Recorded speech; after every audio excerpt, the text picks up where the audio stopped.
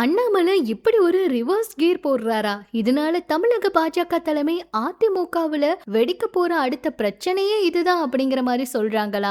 என்ன ஆச்சுங்கிறத பார்க்கலாம். தமிழக பாஜகவோட முன்னாள் மாநில தலைவரான அண்ணாமலை வரும் சட்டப்பேரவை தேர்தலுக்கான பொறுப்புகள்ல இருந்து விலகுவதா அறிவிச்சது அரசியல் களத்துல பெரும் விவாத பொருளா மாறி இருக்கு. உண்மையில அண்ணாமலை என்ன செய்ய போறாரு? அண்ணாமலையோட விலகலால் கூட்டணிக்குள்ள ஏற்பட போற தாக்கங்கள் என்னென்ன? பாஜக என்ன செய்ய போகுதுன்னு பார்க்கலாம் வாங்க.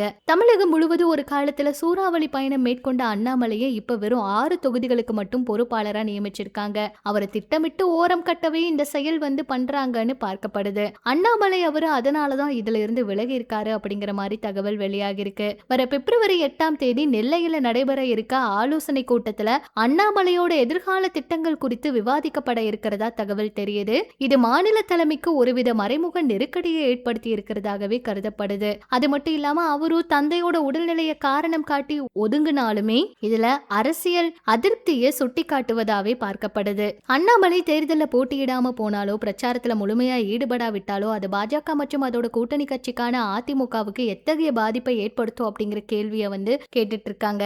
சொல்ல போனா அவர் இந்த அளவுக்கு பிரச்சாரம் எல்லாம் பண்ணதுனாலதான் அவங்களால ஜெயிக்கவே முடிஞ்சது அப்படின்னு சொல்றாங்க.